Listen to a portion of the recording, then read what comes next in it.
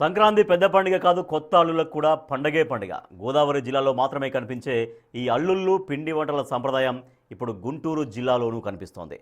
తెనాలి నందులపేటకు చెందిన రమాకాంత్ దంపతులు తమ నెల్లూరు అల్లుడికి 130 రకాల పిండి వంటలతో విందు భోజనం ఏర్పాటు చేశారు.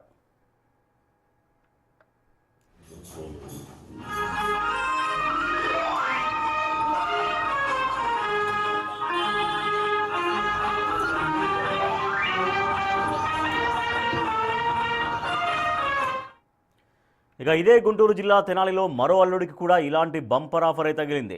తొలి సంక్రాంతి పండుగకు వచ్చిన తమ అల్లుడికి వీరు ఏకంగా 158 రకాల పిండి వంటలతో విందు భోజనం ఏర్పాటు చేశారు.